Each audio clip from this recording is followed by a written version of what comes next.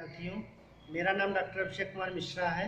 मैं शासकीय विश्वनाथ यादव तामस्कर स्वशासी महाविद्यालय दुर्ग छत्तीसगढ़ में सहायक प्राध्यापक के पद पर भौतिक शास्त्र विभाग में कार्यरत हूं। मैं आज इस वीडियो लेक्चर के माध्यम से एमएससी थर्ड सेमेस्टर और बीएससी फाइनल के विद्यार्थियों को सॉलिड स्टेट फिजिक्स में लैंगविन थ्योरी या पैरामेट्रिज्म के बारे में बताऊंगा। जैसा आप लोग पढ़े हैं कि पैरामेट्रिक मटेरियल क्या होते हैं। पैरामेट्रिक मटेरियल्स वो मटेरियल होते हैं जिनको हम मैट्रिक फील्ड में रख देते हैं तो स्लाइटली मैटाइज्ड होते हैं, और इनकी जो डायरेक्शन होती है मैट्रिक फील्ड की डायरेक्शन में ये स्लाइटली मैटाइज्ड होते हैं। अब पैरामेट्रिक मटेरियल कौन से मटेरियल होते हैं? ये वो प्रकार के मटेरियल होते हैं जिसकी आउटर मोस्ट ऑर्बिट में क्या हो, एक नंबर ऑड इलेक्ट्रॉन हो, या हम कह सकते हैं कि ऐसे मटेरियल में एक अनपेयर्ड इलेक्ट्रॉन होगा। तो अनपेयर्ड एक इलेक्ट्रॉन होगा तो जिसके कारण उसमें क्या हो जाएगा, नेट मैट्रिक मोमेंट आ जाएगा। और जब हम इसको मैट्रिक फील्ड में रखते हैं तो ये जो डायपोल मोमेंट होता है ये मैट्रिक फील्ड की डायरेक्शन में ओरिएंटेड हो जाता है, जिसके कारण ये मैटाइज हो जाते हैं। और अगर हम मैट्रिक फील्ड नहीं लगाएं तो इनके जो डायपोल मोमेंट होते हैं ये रैंडमली ओरिएंटेड होते हैं, जिसके कारण नेट मैट्रिक मोमेंट क्या हो जाता है, पैरामेट्रिक मटेरियल के लिए ये 0 हो जाता है। अगर हम यहाँ पे बात करें तो ये डायपोल मोमेंट क्या है इनका, जब हमने फील्ड को नहीं लगाया तो इनकी कंडीशन में क्या हो जाएंगे, सारे के सारे डायपोल मोमेंट रैंडमली ओरिएंटेड होंगे, जिसके कारण नेट डायपोल मोमेंट क्या हो जाएगा, 0 होगा। जैसे हम मैट्रिक फील्ड लगाएंगे तो इनके डायपोल मोमेंट क्या हो जाएंगे, मैट्रिक फील्ड की डायरेक्शन में ओरिएंटेड हो जाएंगे, और जिसके कारण इनमें क्या हो जाएगा, डायपोल मोमेंट आ जाएगा। ये देखिए यहाँ पे अगर हम फील्ड की डायरेक्शन माने यहाँ पर बी की डायरेक्शन इस साइड में है तो ये जितने भी डायपोल इसमें थे डायपोल मोमेंट वो सारे के सारे क्या हो जाएंगे, मैट्रिक फील्ड की डायरेक्शन में ओरिएंटेड हो जाएंगे। अब पैरामेट्रिक फिनोमेना को एक्सप्लेन करने के लिए लैंगविन ने थ्योरी दी। लैंगविन ने यहाँ पर क्या माना कि मान लीजिए यहाँ पर कोई हमारा डायपोल मोमेंट है, मैट्रिक डायपोल मोमेंट है, ये हमारी मैट्रिक फील्ड की डायरेक्शन से क्या रखा है, थीटा एंगल पे रखा है। ये हमारी मैट्रिक फील्ड की डायरेक्शन है और ये मैट्रिक एक्सिस कैसी रखी है, इसकी थीटा एंगल पे एंगल बनाते हुए रखा गया है। जब हम इसको हम मैट्रिक फील्ड में रखते हैं तो ये डायपोल क्या करने लगता है, ओरिएंटेड होने लगता है, और ये क्या करता है, ये मैट्रिक फील्ड की डायरेक्शन में आने की कोशिश करता है। क्यों? पैरेलल पोजीशन में आने के लिए एनर्जी कम रिक्वायर्ड होती है in comparison to anti parallel position के लिए। तो डायपोल मोमेंट हमारा क्या हो जाएगा, जो डायपोल्स बनेंगे वो डायपोल क्या हो जाएंगे, मैट्रिक फील्ड की डायरेक्शन में हो जाएंगे, जिसके कारण ऐसे मटेरियल को जब हम मैट्रिक फील्ड में रखते हैं तो उनमें क्या हो जाता है, ये पैरामेट्रिक की फिनोमेना आ जाती है। पैरामेट्रिक फिनोमेना के लिए क्यूरी ने एक नियम दिया था। क्यूरी ने बताया था कि इस प्रकार के मटेरियल के लिए जो ससेप्टिबिलिटी का मान होता है टेम्परेचर के इनवर्सली प्रोपोर्शनल होता है। अगर हम टेम्परेचर बढ़ाते जाएंगे तो यहाँ से क्या हो जाएगा, पैरामेट्रिज्म रिड्यूस होने लगेगा। इस लॉ को हम कहते हैं क्यूरी लॉ कहते हैं। तो इस वीडियो लेक्चर में हम क्यूरी लॉ को भी डिराइव करेंगे, साथ साथ में हम यहाँ पर मैग्नेटिक मोमेंट के लिए भी वैल्यू निकालेंगे।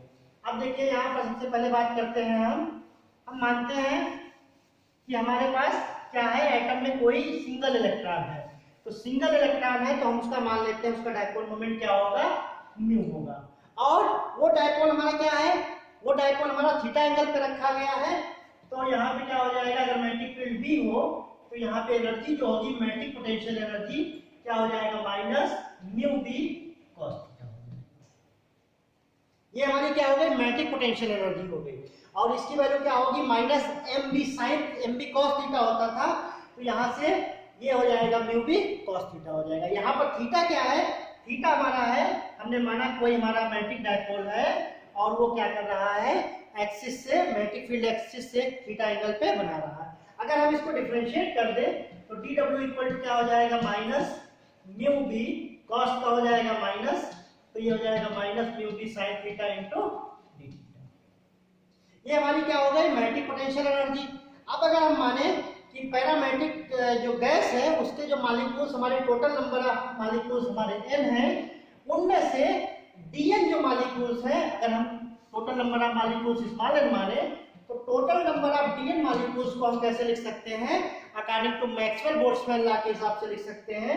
तो डीएन इक्वल टू हम मान लेते हैं कोई हमारा कांस्टेंट हो जाएगा, ई की पावर क्या होता है माइनस डब्ल्यू अपान के टी इंटू डीडब्ल्यू। यहाँ पे ये हमारे क्या हो जाएंगे, डीएन कौन से होंगे, ये वो पैरामेट्रिक गैस के मॉलिक्यूल होंगे जो क्या कर रहे हैं, यहाँ से मैग्नेटिक फील्ड की डायरेक्शन से थीटा एंगल पे रखे हुए हैं। अब यहाँ से देखिए, अगर यहाँ से हम W की वैल्यू लिख दें और DW की वैल्यू लिख दें तो हमारे पास क्या मिल जाएगा, A e की पावर माइनस और माइनस मिलकर प्लस हो जाएगा, e की power mu b cos theta upon के। यहाँ पे ध्यान दीजिएगा, म्यू क्या है, मैग्नेटिक मोमेंट है, के बोल्ट्जमैन कांस्टेंट है, टी टेम्परेचर है, और DW लिखेंगे तो क्या हो जाएगा यहाँ से म्यू बी साइन थीटा। ये हमारे कौन से मॉलिक्यूल्स हो गए, ये वो मॉलिक्यूल्स हो गए जो मैग्नेटिक फील्ड से क्या बना रहे हैं, थीटा एंगल बना रहे हैं। अब यहाँ पे देखिए, अगर हम डायपोल को माने यहाँ पर, और ये क्या बना रहा है, इसकी एक्सिस जो है थीटा एंगल बना रही है। अगर ये मैग्नेटिक एक्सिस है और ये हमारा साउथ पोल हो, ये नॉर्थ पोल हो, तो ये जो एंगल होगा थीटा। अब हमें अगर टोटल नंबर ऑफ मॉलिक्यूल्स निकालने हैं तो हमें इसको क्या कर देना पड़ेगा, इंटीग्रेट कर देना पड़ेगा। तो हम टोटल नंबर ऑफ मॉलिक्यूल्स अगर n माने तो n की वैल्यू हमें क्या करना पड़ेगा, dn के रिस्पेक्ट में हम क्या करेंगे, इसको टोटल इंटीग्रेट कर देंगे। अब हमें यहाँ पे क्या करना है, इंटीग्रेशन लिमिट कैलकुलेट करनी है। तो इंटीग्रेशन लिमिट कैलकुलेट करने के लिए हम देखेंगे यहाँ पर डायपोल हमारा क्या हो सकता है, यहाँ से जब मैग्नेटिक फील्ड में रखेंगे तो ये डायपोल ऐसे रोटेट होगा, तो थीटा की वैल्यू 0 हो सकती है और मैक्सिमम वैल्यू कितनी हो जाएगी, यहाँ से लेकर यहाँ तक कितनी हो जाएगी, 180 हो जाएगी। 180 का मतलब हो जाएगा पाई।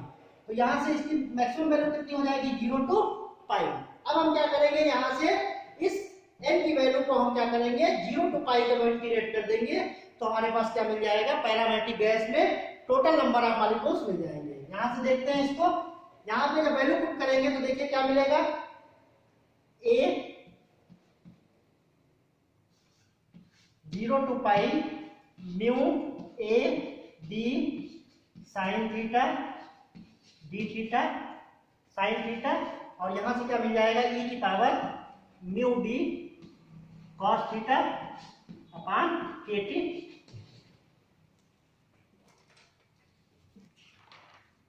अब इसके बाद देखिए, यहां से ये तो हमारा कांस्टेंट था, तो a की अगर हम वैल्यू निकालना चाहें यहां से, तो a की वैल्यू कितनी निकलेगी, n इक्वल टू हो जाएगा, a कांस्टेंट है और यहां से इसकी वैल्यू हो जाएगी 0 to पाई, और यहां पे हम लिख सकते हैं mu B sine theta e की power mu B cos theta upon K T into.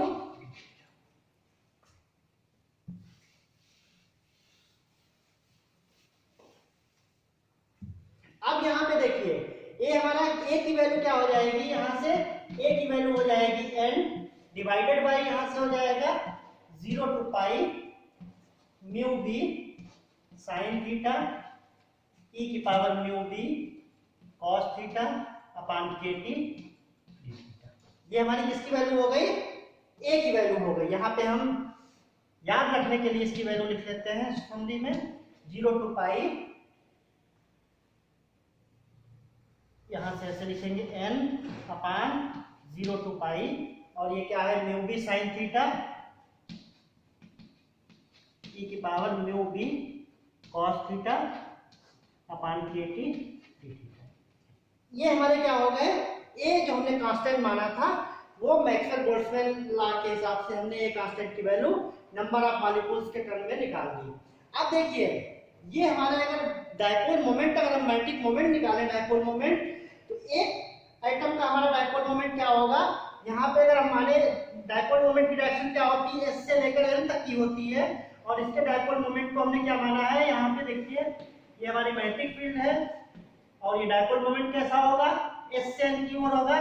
तो अगर हमारा u है, म्यू माना है, और ये एंगल कितना लग रहा है, थीटा लग रहा है, तो u को हम दो कंपोनेंट में रिजॉल्व करेंगे, ये हमारा हो जाएगा म्यू cos थीटा और ये हमारा हो जाएगा म्यू sin थीटा।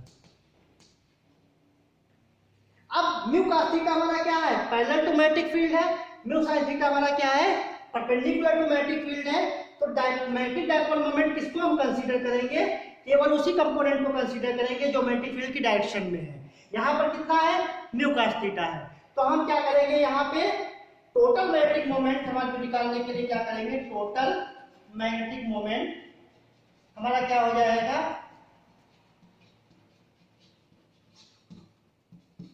क्या हमारा कंपोनेंट मिलेगा, म्यू cos थीटा, और यहां से हम क्या लिखेंगे, इसमें म्यू cos थीटा के साथ में क्या लिख देंगे हम इसको, dn से, dn हमारे क्या थे, कितने नंबर ऑफ मॉलिक्यूल्स थे, कहां से लेकर कहां तक, तो यहां से हमारा क्या हो जाएगा 0 to पाई। तो ये हमारा क्या वैल्यू हो गई dn की, और dn की हमने वैल्यू निकाली थी, और dn की वैल्यू हम यहाँ पे क्या कर देंगे, इस इक्वेशन में पुट कर देंगे। अब dn की वैल्यू हमें इस इक्वेशन में पुट करनी है और इसको सॉल्व करना है। तो देखिए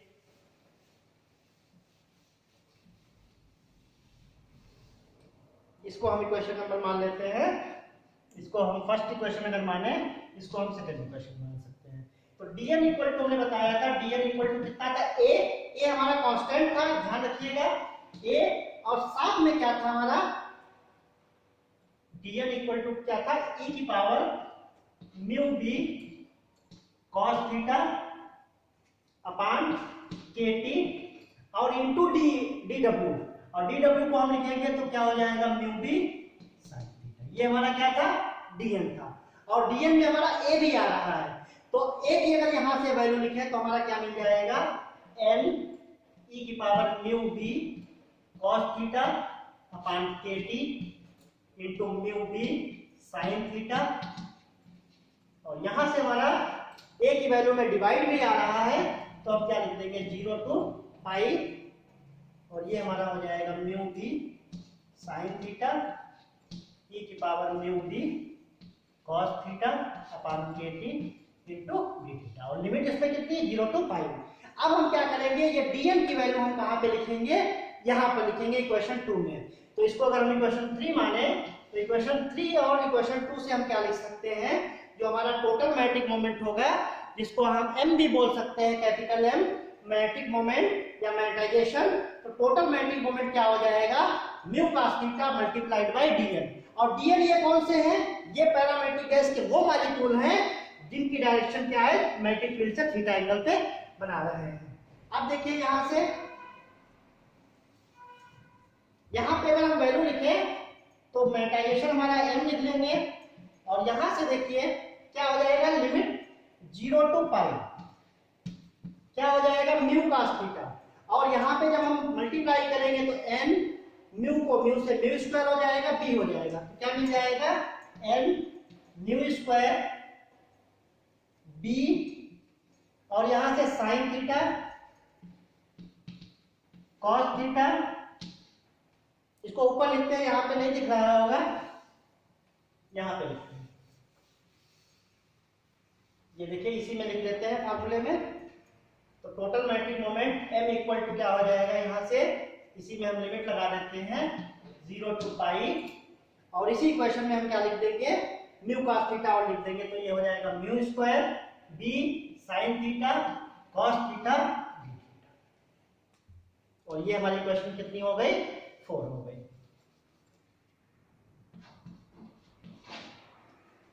तो ये हमारा क्या हो जाएगा, टोटल मैग्नेटाइजेशन हो जाएगा। अब हमें क्या करना है, इस इंटीग्रेशन को सॉल्व करना है, और वहां से हम देखेंगे ससेप्टिबिलिटी की वैल्यू कितनी आएगी। अब यहां से देखिए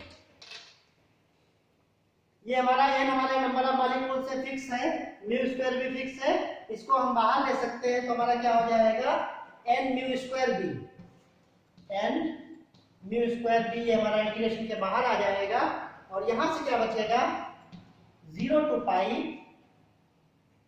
sin theta cos theta e की power mu b cos theta upon kt d theta, और यहां से क्या बचेगा, यहां से भी म्यू भी बाहर निकल आएगा, तो म्यू भी यहां से बाहर आ जाएगा 0 to पाई, और यहां से क्या बचेगा, केवल sin थीटा e की power mu b cos theta upon kt into d theta. ये हमारी क्वेश्चन हो गई, फिफ्थ हो गई। अब हमें क्या करना है, यहाँ पे देखिए यहाँ से म्यू म्यू कैंसिल हो जाएगा, बी कैंसिल हो जाएगा। अब यहाँ पे देखें ये हमारा mu B cos theta kt है, हमने ये किसके लिए माना है, डी थीटा के लिए माना है। तो हम यहाँ पर कुछ पुट कर लेंगे। किस प्रकार से पुट करेंगे, देखिए यहाँ से अगर हम माने mu B upon kt equal to, अगर मान लीजिए x मान लिया और cos थीटा इक्वल टू हमने मान लिया y, तो यहां से देखिए cos थीटा का जब डिफरेंशिएशन करेंगे तो क्या हो जाएगा, minus sin theta d theta equal to dy। और लिमिट हमारी जब cos 0 लिखेंगे तो लिमिट हमारी हो जाएगी cos 0 इक्वल टू 1 हो जाएगा और cos पाई इक्वल टू हो जाएगा -1। तो लिमिट ऑफ इंटीग्रेशन हमारी क्या हो जाएगी, चेंज हो जाएगी। तो यहां से देखिए m इक्वल टू क्या हो जाएगा, ये देखिए यहाँ से ये म्यू और म्यू कैंसिल हो गए तो म्यू की पावर 2 कैंसिल हो जाएगा, d कैंसिल हो जाएगा तो यहाँ से कितना मिल जाएगा, ये मिल जाएगा n into mu. Sign theta into D theta को हम क्या लिख सकते हैं, dy लिख सकते हैं। और यहाँ से हमारा क्या चेंज हो जाएगा, देखिए ये हमारी इंटीग्रेशन जो चेंज हो जाएगी, लिमिट क्या हो जाएगी -1 टू +1, साथ में क्या आएगा माइनस आएगा ये। और क्या था यहाँ पर, ये cos थीटा था, तो cos थीटा के कारण हमारा क्या हो जाएगा, y आ जाएगा e की पावर xy। फिर इसी प्रकार नीचे चेंज करेंगे तो यहाँ पर भी वही सेम रहेगा। तो लिमिट ऑफ इंटीग्रेशन फिर -1 टू प्लस हो जाएगा, cos 0 की वैल्यू क्या हो जाएगी, cos ये +1 होगा और ये -1 होगा, तो ये +1 और ये -1 और फिर यहाँ पे माइनस मिलेगा और यहाँ पे क्या मिल जाएगा, e की पावर xy। हमारे दोनों में माइनस है तो हम क्या कर सकते हैं, इस इंटीग्रेशन की लिमिट हम आपस में इंटरचेंज कर सकते हैं। ये देखिए यहाँ पर +1 है और यहाँ पे -1 है, तो इसको हम क्या कर सकते हैं, आगे देखते हैं इसको। ये हमने यहाँ पे लिख लेते हैं, x इक्वल टू माना है म्यू बी अपान kt और y इक्वल टू माना है हमने cos। तो m इक्वल टू हमारा हो जाएगा जो मैग्नेटाइजेशन, इसकी वैल्यू कितनी हो जाएगी, n इंटू म्यू।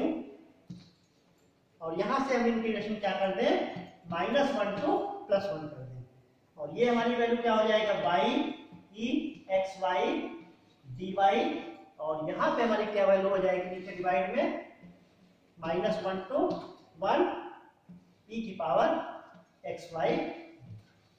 अब हमें क्या करना है, इन दोनों इंटीग्रेशन को सॉल्व करना है और सॉल्व करने के बाद y की वैल्यू इसमें और x की वैल्यू जब पुट कर देंगे तो हमें न्यूमेटिक मोमेंट का फार्मूला आ जाएगा। तो इसको देखिए, पहले हम इस इंटीग्रेशन को सॉल्व करते हैं, 0 to 1 e xy dy। e xy dy को dy के रेस्पेक्ट में इंटीग्रेशन करेंगे तो हमें क्या मिलेगा, e xy और y यहाँ पे डिवाइड में आ जाएगा और लिमिट हम क्या लगा देंगे, यहाँ पे y की लिमिट y इक्वल टू 0 और y इक्वल टू 1। तो एक बार जब y की वैल्यू 0 लिखेंगे तो देखिए क्या मिलेगा, यहाँ से y इक्वल टू 1 और यहाँ y इक्वल टू -1। तो यहाँ पर देखिए पहले हम जब y इक्वल 1 लिखेंगे तो क्या मिलेगा, ex, y की वैल्यू 1 लिखी और यहाँ पे y की वैल्यू 1 लिखी तो ex मिला। फिर उसके बाद में और इसके साथ में यहाँ पे देखिए y के रेस्पेक्ट में करेंगे तो y यहाँ पर इसका कोफिशिएंट आएगा, x आएगा, तो ये हमें क्या मिल जाएगा, ex अपान x। फिर जब y इक्वल टू -1 लिखेंगे तो हमें क्या मिलेगा, e की पावर -x अपान x। इसको हम ब्रैकेट में लिख सकते हैं, e की पावर x माइनस e की पावर -x अपान x। ये हमारी किसकी इंटीग्रेशन की वैल्यू हो गई, e xy dy की वैल्यू। सिमिलरली हम इसको सॉल्व करेंगे,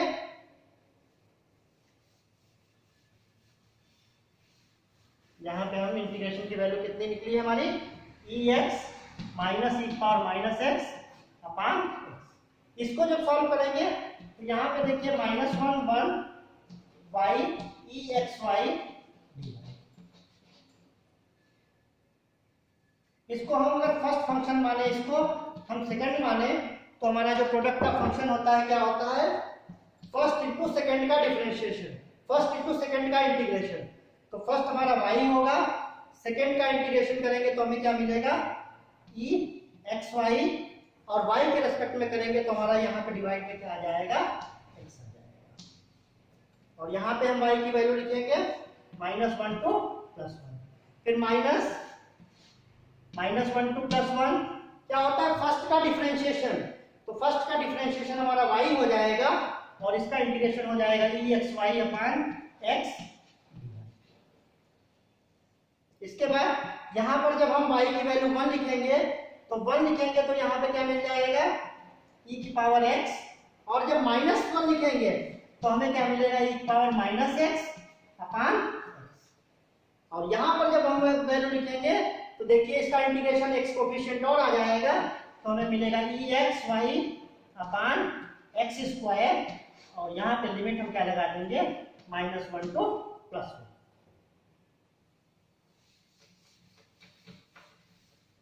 इसके बाद यहाँ पे फिर हम लिमिट लगाएंगे तो ये हमारा इंटीग्रेशन क्या वैल्यू मिलेगी, -1 to 1 by EXY dy equal to, पहला टर्म ऐसे रहेगा e⁻x + e⁻−x/x, और दूसरे टर्म में हम 1 और -1 लिखेंगे तो हमारा माइनस लग जाएगा और ये हो जाएगा EX e⁻−x/x। तो ये हमारे इंटीग्रेशन की वैल्यू आ गई, दोनों हमारे इंटीग्रेशन की वैल्यू आ गई। अब हमारा जो मैट्रिक मोमेंट का जो फार्मूला था उसमें हम वैल्यू पुट कर देंगे, m इक्वल टू क्या हो जाएगा, n इंटू म्यू। ये वैल्यू हमारी कितनी निकली है, देखिए EX + e⁻x/x माइनस e⁻x/x² और डिवाइड में हमारा कितना आ जाएगा, ये वैल्यू आ जाएगी EX - e⁻−x/x। इसको और सिंपलीफाई करेंगे, देखिए यहां से क्या मिल जाएगा, n इंटू म्यू ऐसे ही रहेगा, ये x कैंसिल हो जाएगा और ये हमारा हो जाएगा e⁻x +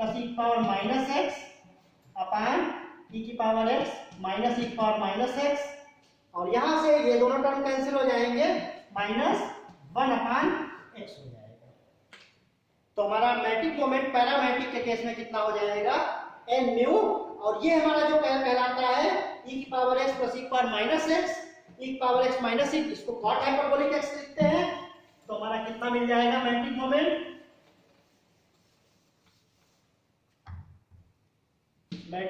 इक्वल टू हो जाएगा n म्यू, और यहां से हो जाएगा, इसको हम लिख सकते हैं कॉट हाइपरबोलिक x -1/x। ये हमारा हो जाएगा ये आंसर। अब यहाँ पे देखिए इस वाले ब्रैकेट के अंदर जो लिखा है फंक्शन, इसको हम लैग्रेंज फंक्शन भी कह सकते हैं। Lx इक्वल टू क्या हो जाएगा, cot हाइपरबोलिक x -1/x। तो हमारा नेट मैट्रिक मोमेंट कितना हो जाएगा, टोटल मैट्रिक मोमेंट, या जिसको हम मैग्नेटाइजेशन कहेंगे, m इक्वल टू हो जाएगा n mu Lagrange function of x। अब यहाँ पर जो x की वैल्यू थी, x की वैल्यू क्या थी, μb/kt थी। जब हम फील्ड को बढ़ाते जाएंगे तो जितने हमारे मैट्रिक डायपोल बनेंगे वो सारे के सारे मैग्नेटिक फील्ड की डायरेक्शन में जब आ जाएंगे तो हमारा मैग्नेटाइजेशन क्या हो जाएगा, सैचुरेट हो जाएगा। और ये किस कंडीशन में होगा, जब लैग्रेंज फंक्शन की वैल्यू हमारी क्या हो जाए, 1 हो जाए, उस समय तो हमारा मैग्नेटिक मोमेंट हो जाएगा, इसको हम मैग्नेटिक मैक्सिमम भी बोल सकते हैं, और इसकी वैल्यू हो जाएगी n म्यू, जिसको हम ms भी बोलते हैं, saturation of magnetization. Magnetic moment की जो वैल्यू हो जाएगी वो क्या हो जाएगी, सैचुरेट हो जाएगी।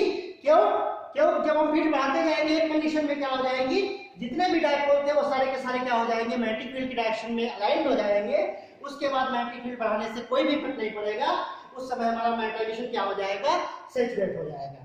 तो हमारा जो मैग्नेटिक मोमेंट या मैग्नेटाइजेशन की वैल्यू क्या हो गई, n म्यू Lx हो गई। अब यहाँ पे देखिए x हमारा क्या था, μb/kt था, तो हम इसको क्या लिख सकते हैं,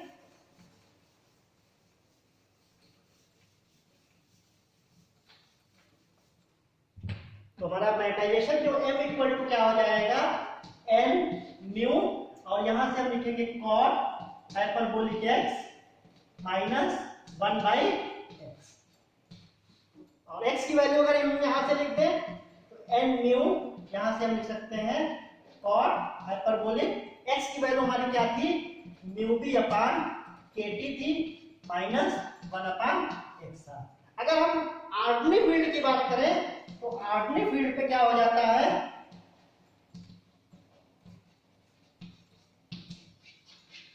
ऑर्डिनरी फील्ड पे क्या हो जाता है, अगर हम इसको एक्सपेंड करेंगे तो cot hyperbolic x equal to क्या होता है 1 upon x plus x by 3। तो यहां से देखिए cot hyperbolic x minus 1 by x equal to क्या हो जाएगा x बाई 3 हो जाएगा। और यहां से जब हम x बाई 3 वैल्यू लिखेंगे तो हमारा मैट्रिक्स कितना हो जाएगा n म्यू, और यहां से हमारा मैट्रिक्स कितना हो जाएगा देखिए x बाई 3, और x हमारा क्या था म्यू b अपान के टी, और यहां से क्या आ जाएगा 3।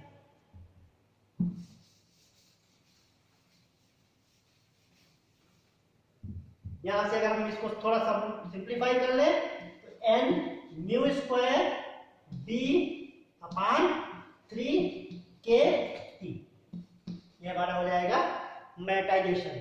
यहाँ पे b की देखिए वैल्यू, b की अगर वैल्यू लिखना चाहें b इक्वल टू क्या लिख सकते हैं म्यू नॉट x लिखते हैं। यहाँ पे ध्यान देना ये म्यू नॉट हमारा क्या है परमिटिविटी ऑफ फ्री स्पेस, और यहाँ पे म्यू हमने क्या माना है मैटिक मोमेंट माना है एटम के लिए, मैटिक डायपोल के लिए। तो b की अगर वैल्यू लिखेंगे यहाँ पे म्यू नॉट h तो n mu square mu not h upon 3 k। h को अगर हम यहाँ पे ले आए डिवाइड में ले आए तो हमें क्या मिल जाएगा m अपान h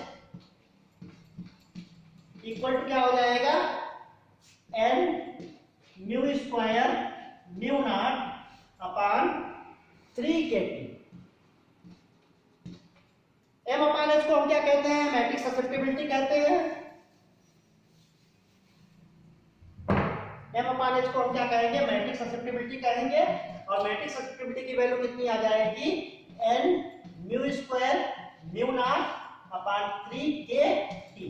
अब देखिए डायमैट्रिक एटम के लिए हमारा क्या हो जाएगा n की वैल्यू फिक्स रहेगी, म्यू की भी वैल्यू फिक्स रहेगी, म्यू नॉट की भी वैल्यू फिक्स रहेगी और k की वैल्यू फिक्स रहेगी। तो इसको हम क्या लिख सकते हैं c बाई टी लिख सकते हैं। यहाँ पर c हमारा क्या हो जाएगा n mu square mu naught upon 3 k that is by Curie constant. तो यहाँ से मैट्रिक्स ससेप्टिबिलिटी काइनेम इक्वल टू क्या हो जाएगा c बाई टी क्या हो जाएगा, अर्थात डायमैट्रिक एटम के लिए जो ससेप्टिबिलिटी होगी वो टेम्परेचर के क्या हो जाएगी इनवर्सली प्रोपोर्शनल हो जाएगी, और यही फार्मूला कहलाता है क्यूरी लॉ। तो पैरामेट्रिक के लिए ससेप्टिबिलिटी का मान क्या हो जाएगा टेम्परेचर के इनवर्सली प्रोपोर्शनल हो जाएगी। टेम्परेचर बढ़ाते जाएंगे काइएम की वैल्यू कम होती जाएगी, या हम कह सकते हैं जब हाइयर टेम्परेचर बढ़ाते जाते हैं तो हमारा पैरामेट्रिक फिनोमेना क्या हो जाती है कम हो जाती है। अब अगर हमें काइएम की वैल्यू आ गई तो अब हम क्या निकाल सकते हैं यहाँ से जो रिलेटिव परमिटिविटी थी म्यू आर इक्वल टू क्या था 1 प्लस काइएम, और यहाँ से क्या लिख सकते हैं 1 प्लस काइएम, और काइएम की वैल्यू भी निकाली थी n mu square mu naught upon 3 k T. तो यहाँ से देखिए पैरामेट्रिक के केस में म्यू आर की वैल्यू क्या होगी 1 प्लस है, अर्थात म्यू आर की वैल्यू क्या हो जाएगी पॉजिटिव वैल्यू हो जाएगी। तो पैरामेट्रिक के केस में हमारी म्यू आर की वैल्यू क्या होगी पॉजिटिव होगी, और काइएम की वैल्यू क्या होगी c बाई टी होगी। मींस क्यूरी लॉ को ये फॉलो करेंगे। अब इसमें हमने क्या क्या देखा, इसमें हमने म्यू आर की वैल्यू निकाली, क्यूरी लॉ को निकाला, साथ साथ में हमने ये लैंगमैन फंक्शन को निकाला। और लैंगमैन फंक्शन हमारा क्या होता है लैंगमैन फंक्शन Lx इक्वल टू कहलाता है cot hyperbolic x minus 1 by x। तो जिस तरीके से हमने ये पैरामेट्रिक फिनोमेना को एक्सप्लेन किया है। अब इसी में अगर हम इसका टेम्परेचर वेरिएशन की बात करें तो डायग्राम बनाएं, तो डायग्राम देखिए यहाँ पे क्या हो जाएगा काइएम की वैल्यू क्या है c बाई टी के है, तो काइएम और t का जो हमारा वेरिएशन होगा काइएम और t का वेरिएशन कैसे हो जाएगा ये इस तरीके से, ये कहां से स्टार्ट होगी ये वैल्यू मैक्सिमम से नीचे की ओर जाएगी। क्यों 1 अपान टी है, और अगर हम m की बात करें तो यहाँ पर m हमारा मैग्नेटाइजेशन है, और यहाँ पर हमारा अगर म्यू बी बाई के टी फील्ड की बात करें तो यहाँ पे ये कैसा होगा, जब ये m equal to M S हो जाएगा उस समय क्या करेगा, ये सेचुरेट करेगा। ये 0 से स्टार्ट होकर कहाँ तक जाएगा, सेचुरेशन ऑफ मैग्नेटिक मोमेंट तक जाएगा, या इस पॉइंट पे हम कह सकते हैं ये क्या हो जाएगा, सेचुरेट हो जाएगा। धन्यवाद।